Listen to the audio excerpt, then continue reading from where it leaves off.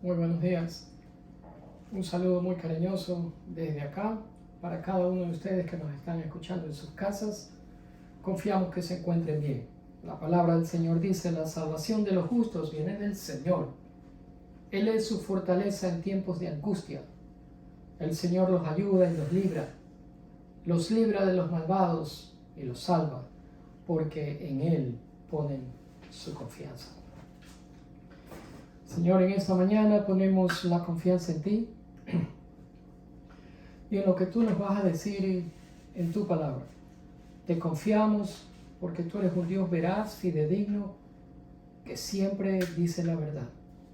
Estamos aquí con el propósito de exaltar tu nombre, bendecirte, glorificarte, escucharte y que tú transformes nuestras vidas. En el nombre de Jesús te damos gracias por hacerlo. Amén y amén. El título del mensaje es Moviéndonos más allá de las fallas del pasado. Y quiero, para empezar, mencionar que una de las personas, de los personajes bíblicos que se menciona en el libro, es precisamente el apóstol Pablo. El apóstol Pablo fue perseguido por su pasado. De ser una persona que odiaba a los creyentes en Cristo, conocido por su crueldad contra ellos, el apóstol Pablo tuvo un cambio radical. Las preguntas son: ¿cómo el apóstol se recuperó?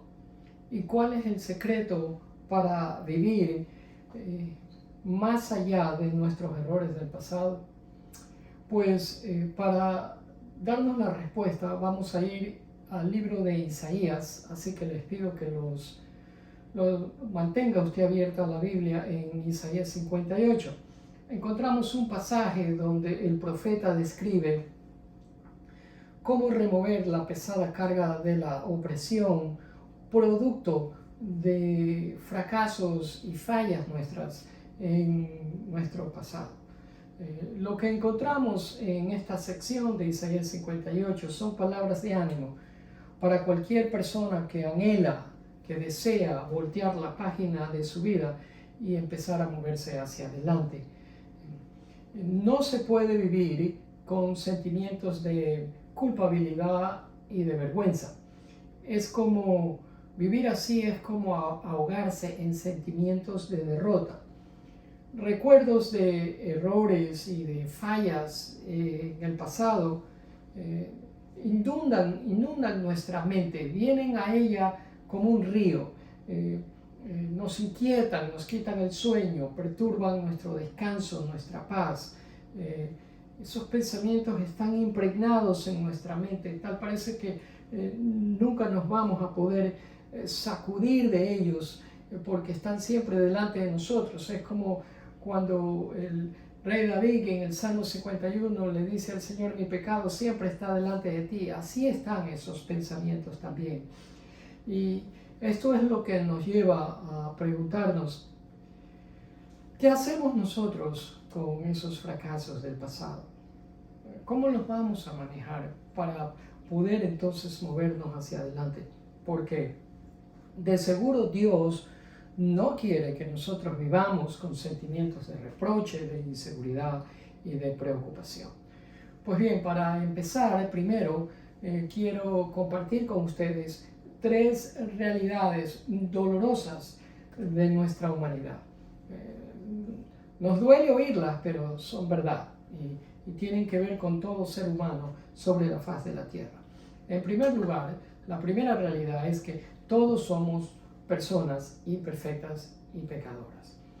¿Por qué somos imperfectos? Porque pecamos. ¿Por qué pecamos? Porque tenemos una naturaleza pecaminosa. ¿Por qué tenemos una naturaleza pecaminosa? Porque la heredamos de nuestros primeros padres, Adán y Eva. A ellos le debemos que nosotros somos iguales a ellos después de pecar. Y un pecado nos hace ya imperfectos. Perfección, el único que podemos hablar de perfección es Cristo. El único perfecto es Dios. Nunca pecaron. Nadie, ningún ser humano sobre la faz de la tierra puede decir que se considera una persona perfecta. El apóstol Pablo lo puso así: pues todos hemos pecado, todos. Esa palabra es inclusiva y es bien abarcadora, todos, sin excepción.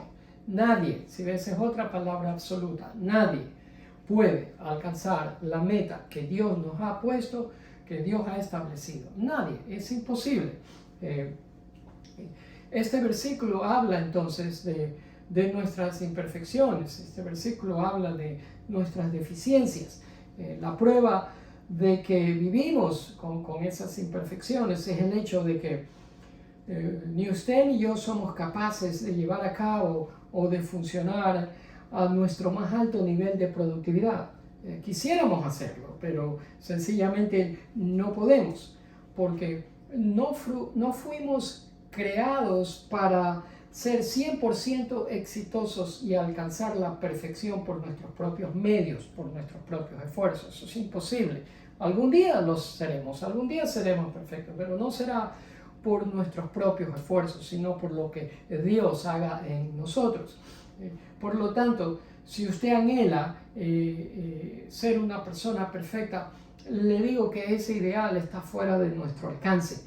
El asunto es que cuando nos olvidamos de esa realidad, entonces ahí es cuando nos sentimos agobiados por la culpabilidad. Pero esto que acabamos de ver, que todos somos personas imperfectas y pecadoras, es una realidad. Es una verdad y se le aplica a cada ser humano sobre la faz de la tierra. La segunda realidad con respecto a cada ser humano es que no podemos cambiar el pasado. Lo que hicimos, hecho está. Quisiéramos regresar en el tiempo para volver a empezar de nuevo con la experiencia que tenemos, la sabiduría que Dios nos ha dado. Haríamos las cosas de una manera diferente y quisiéramos que pudiésemos estar capacitados para hacerlo, pero no podemos borrar los errores del pasado, es imposible. Así que no pierda el tiempo intentándolo, porque no lo va a poder. El apóstol Pablo escribió en el libro de, perdón, esta cosa no se mueve, el apóstol Pablo escribió en el libro de Filipenses, no, o sea, amados hermanos, no lo he logrado, dice, o sea, no he alcanzado la perfección, dijo el apóstol, pero una cosa hago, que me concentro únicamente en esto, olvida el pasado y fija la mirada en lo que tiene por delante. ¿Y qué hace? ¿Qué le permite al apóstol olvidarse el pasado y al tiempo que se olvida el pasado, fijar la mirada en lo que tiene por delante? Pues eso le permite avanzar hasta llegar a la meta establecida por Dios. Avanza, no se queda estático, no se queda fijado en el pasado. Voltea la página de su vida, olvida los fracasos y errores del pasado, se concentra en lo que está delante y se mueve en esa dirección. Ahora, esta que acabamos de ver, lo que el apóstol describe en Filipenses, esa es la mejor manera de vivir. El problema con nosotros es que no lo hacemos. Aún sabiendo que así es como tenemos que vivir, simplemente no lo hacemos. Regresamos al pasado.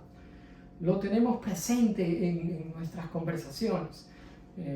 Está en nuestra mente. Cuando estamos rodeados de personas, hablamos de nuestro pasado. Vivimos en ese pasado. Y por lo tanto, como resultado de eso, nos llenamos de angustia y de preocupación. Y como nos llenamos de angustia y de preocupación, terminamos cansados, sin energías, sin gozo y sin paz. Ahora, yo le voy a pedir que por un momento piense lo que el apóstol Pablo tuvo que dejar atrás. Piense lo que el apóstol Pablo tuvo que olvidar. Yo ya le dije al principio del mensaje que era un perseguidor de la iglesia. Era una persona que odiaba a los creyentes en Cristo. Era un fariseísta legalista que creía que estaba haciendo las cosas correctas y no lo quería admitir, que se estaba yendo en contra de Dios mismo.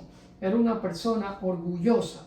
Perseguía a los creyentes con el propósito de no solamente arrestarlos, sino que si por él fuera, matarlos también. Ahora, este fue el pasado del apóstol.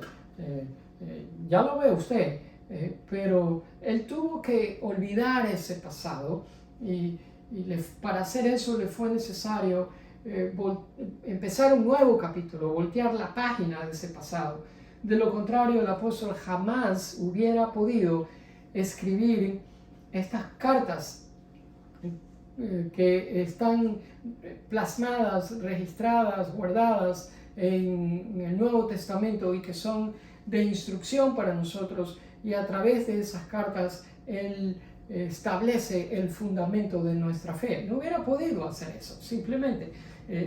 Ahora, alguien dijo que la vida es como una moneda. Si ve, aquí yo tengo una moneda.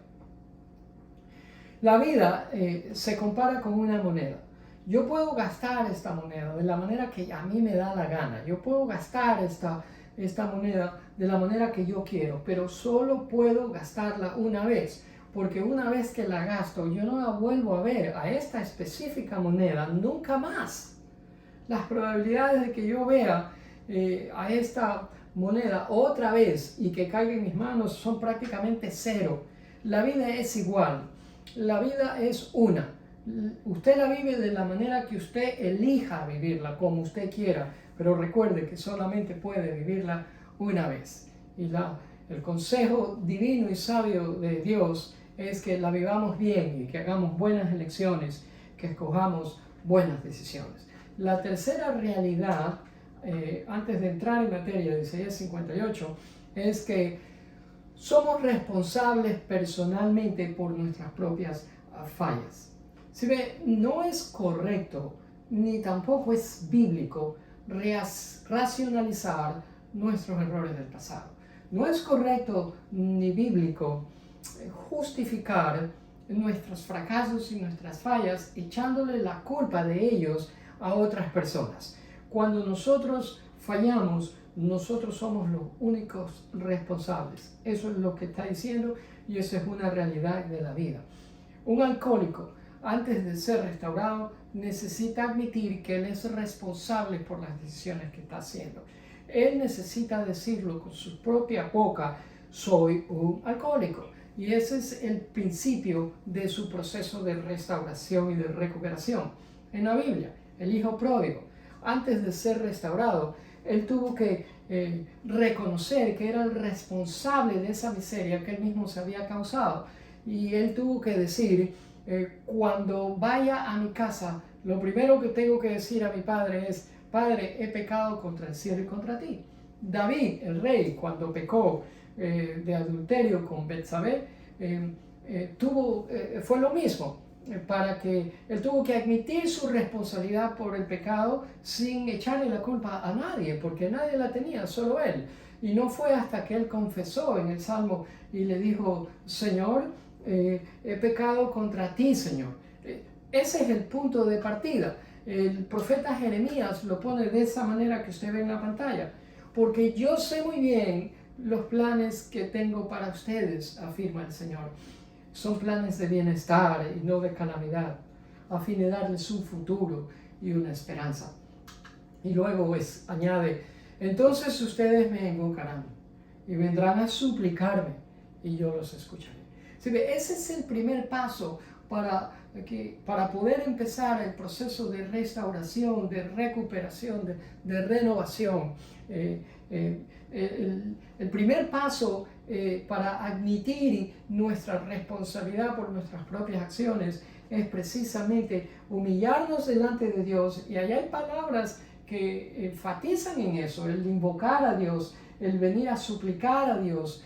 Son palabras que conllevan la idea de quebrantarnos y de humillarnos delante de la presencia de Dios y reconocer lo que no hemos hecho correctamente.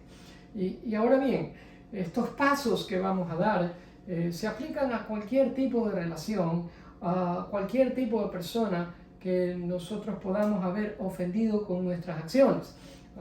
Y usted puede empezar en su hogar, y le aconsejo que haga eso, porque ahí es donde primeramente nosotros fallamos, con nuestras esposas, esposos, nuestros hijos, y luego se extiende hacia el resto de nuestras relaciones con otros familiares, miembros de familia, amistades, círculos de amigos y hasta relaciones en el trabajo también.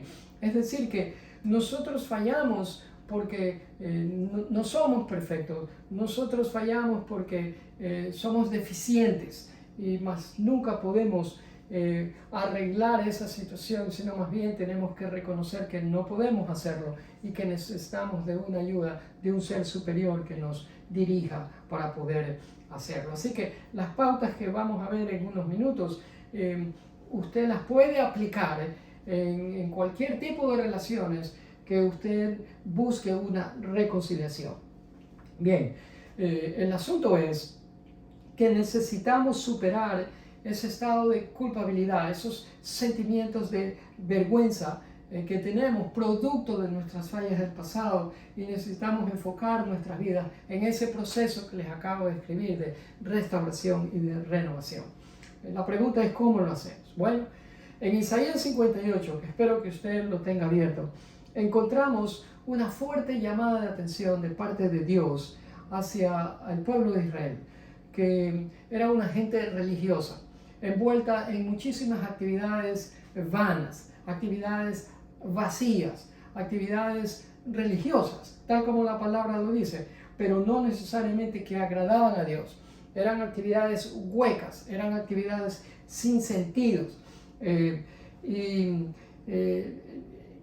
a Dios no le agradaban esas acciones de hacer las cosas por hacer, estar envuelto en cosas no necesariamente malas, pero que no llevaban la idea, no tenían... El motivo es lo importante cuando nosotros hacemos las cosas.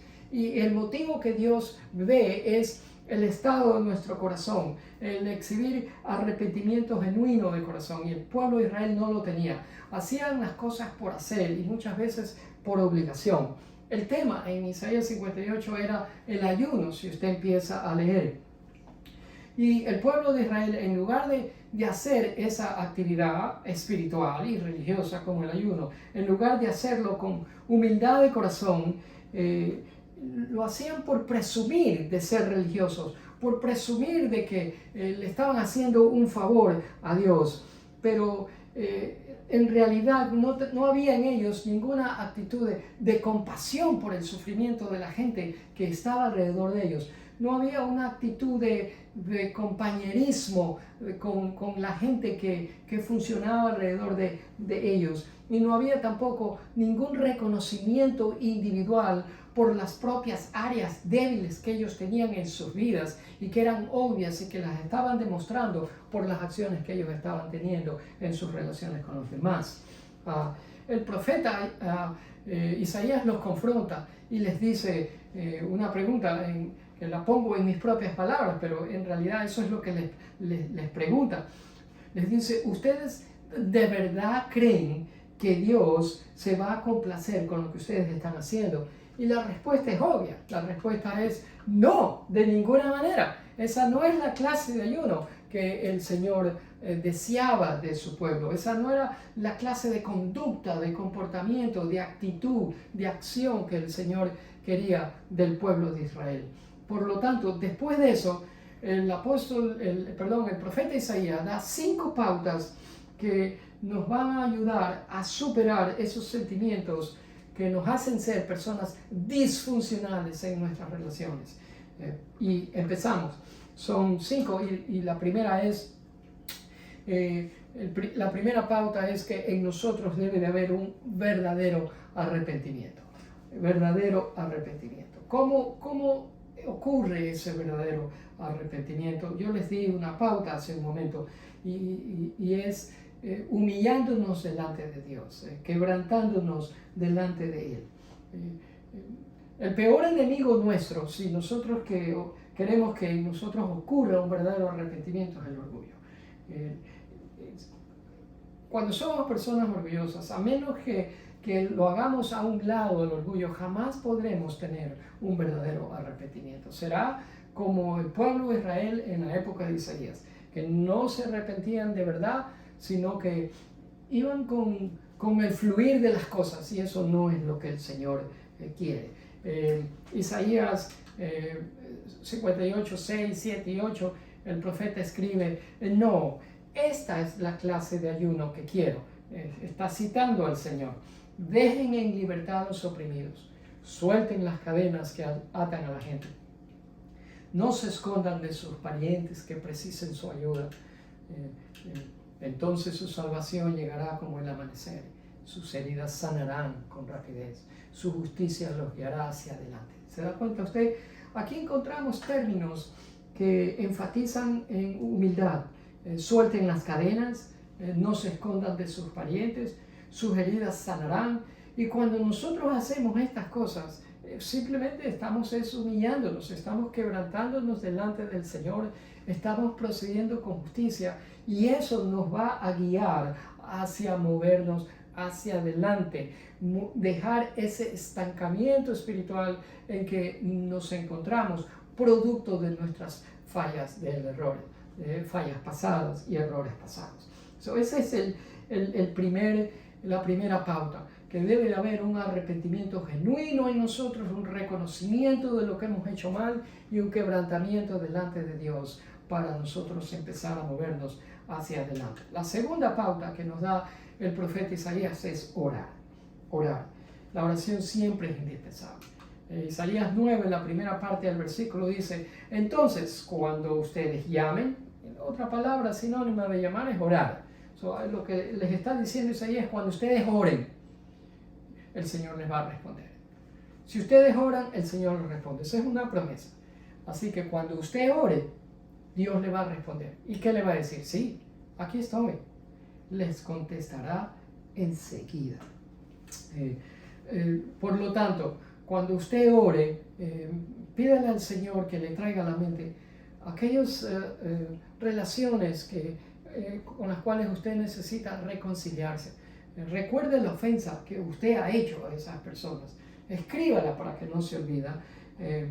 Ore al Señor por dirección, por claridad, porque cuando usted va a hablar con esa persona, lo primero que necesitamos es claridad, necesitamos pensar, necesitamos tener las ideas claras para poder decir lo que tenemos que decir y decirlo bien, de la manera correcta. Esa es la segunda pauta. La tercera: abandone todo intento de echar la culpa a otros. ¿Sí ve? Abandone todo intento de echar la culpa de su falla, de su fracaso del pasado a otras personas. La segunda parte del mismo versículo de Isaías 9 dice: levanten el pesado yugo de la opresión, dejen de señalar con el dedo y de esparcir rumores maliciosos. Cuando usted señala con el dedo, es que usted está echando la culpa de sus fallas a otras personas, tratando de justificar sus acciones. Y eso nos lleva a esparcir rumores maliciosos. Y es incorrecto, porque la reconciliación entre usted y la persona que ha sido ofendida es entre esa persona y usted. Es un asunto privado. Nadie necesita saber los detalles de ese asunto ni de lo que pasó. Así que tenga mucho cuidado. Eso es un yugo y necesitamos levantarlo para poder tener la libertad de proceder y hacer lo que es correcto. El promover rumores maliciosos y desinformación y cosas que no son correctas no lo ayuda a usted y no lo ayuda a la otra persona con la cual usted quiere reconciliarse. Simplemente no ayuda a nadie. Cuarta pauta es: sea vulnerable y esté dispuesto a ponerse a cuentas con la persona ofendida. Isaías lo pone así. Isaías 10 dice: alimenten a los hambrientos y ayuden a los que están en apuros. Para que usted alimente a alguien, para que usted pueda alimentar a alguien, usted necesita tiempo. Perdón. Por lo tanto, saque tiempo para que pueda hacer usted un buen trabajo. Muéstrese vulnerable y esté dispuesto a compartir con esa persona, familiar, amigo, con lo cual usted necesita reconciliarse. Hable abiertamente sin esperar nada a cambio. La sanidad toma tiempo y el perdón también, pero viene cuando usted hace las cosas correctamente. La última pauta es: confíele a Dios, que sea Él que traiga sanidad y produzca cambios. Nosotros no podemos cambiar a nadie. Nosotros hacemos lo que el Señor nos pide hacer, y es los 4 pasos anteriores que le acabo de decir. Admitir nuestras fallas, movernos hacia adelante, conversar con la persona, orar, pedir dirección a Dios, ser vulnerables y estar dispuestos y disponibles para poder reconciliar esa relación, pero cambiar el corazón de la otra persona, imposible. Ni el mío propio lo puedo cambiar, mucho menos el de la otra persona. Pero una cosa sí le digo, y es lo que Isaías añade en Isaías 58:12, en la última parte. Dice, entonces ¿cuándo? Cuando usted haya hecho todo lo anterior que Isaías nos acaba de decir, desde los versículos 6, 7, 8, 9, 10 y 11. Entonces, cuando hayamos hecho todo eso, serán ustedes conocidos como reconstructores de muros y restauradores de casa. Mis amados, cuando usted y yo hacemos esto, cuando usted y yo seguimos estos pasos, que Isaías los pone ahí de una manera bien clara en los versículos que acabamos de cubrir, usted llega a ser precisamente esto que dice el versículo 12, reconstructores de muros y restauradores de casa. Yo quiero eso para mi vida y estoy seguro que usted también. Nadie en su sano juicio no quisiera ser un reconstructor y un restaurador. Por la gracia de Dios, nosotros podemos llegar a ser esa clase de personas, de restaurar las relaciones que se han fraccionado producto de nuestros fracasos pasados y de reconstruir esas relaciones y de movernos hacia adelante y de restaurar el gozo, la paz, tanto en nuestras vidas como en las vidas de las personas que están alrededor nuestro. Incline su rostro, por favor, para orar. Padre, escucha mi oración al tiempo que me acerco delante de ti para reconocer mis imperfecciones y encontrar refugio en ti, porque tú eres mi torre fuerte. Gracias por tu tierna misericordia y compasión por cada miembro de mi familia. Y gracias por tu misericordia y compasión por cada miembro de las familias que nos están escuchando en este momento. Rescátame a mí y a cada persona que se pone de acuerdo con esta oración. Rescátanos de lamentos, de reproches, de sentimientos de culpabilidad, de vergüenza. Y danos libertad para amar a nuestras esposas, esposos, hijos, familiares, tal y como tú nos amas, a ellos y a nosotros también. Ayúdanos a descansar en tu perdón y a encontrar libertad en tu asombrosa gracia sanadora, porque de verdad, Señor, tú sanas. Al empezar esta semana, clava este mensaje en nuestra mente, que lejos de que pensamientos de nuestros fracasos del pasado se impregnen en nuestra mente, sea tu palabra la que quede grabada en nuestra memoria. Danos la fortaleza, danos el atrevimiento, la sabiduría, la perspicacia para llevar a cabo estas pautas que encontramos en tu palabra con el propósito de ser restauradores y reconstructores. Mi Dios, encomendamos nuestros pasos a ti. Dirígenos, instrúyenos, haznos ver, déjanos ver, enséñanos. Ábrenos los ojos para nosotros poder ver la dirección en que tú nos llevas. Sensibiliza nuestro corazón para poder oír tu voz. Guarda nuestras familias. Nosotros hoy, en este momento, bendigo a cada persona que escucha este mensaje y está orando conmigo en este momento. Y bendigo a cada uno de sus familiares, sean esposos, hijos, niños, mi Dios. Y te pido que en tu bondad pongas tu mano de bendición sobre cada uno de ellos y los restaures. Oro agradecido porque sé que tú has escuchado. Y tú has dicho, sí, aquí estoy. Y enseguida nos vas a responder. Recibe toda alabanza, gloria y honor, Padre. Te bendecimos en el nombre de Jesús. Amén y amén. Bendito sea el Señor y gracias a ustedes por habernos escuchado. Espero que usted haya disfrutado de este mensaje y pueda compartirlo con otras personas. Les pido de favor que estén escuchando prédicas anteriores para mantenerse en contacto con el Señor y continuar adorándolo. Nosotros no nos vemos hasta dentro de 2 domingos. No estaré disponible, pero los amamos igual. Mi esposa y yo los saludamos y vamos a estar contando los días para volver a vernos y poder llevar otro mensaje en la palabra de Dios. Hasta entonces, que Dios los proteja, Dios los guarde y Dios los bendiga.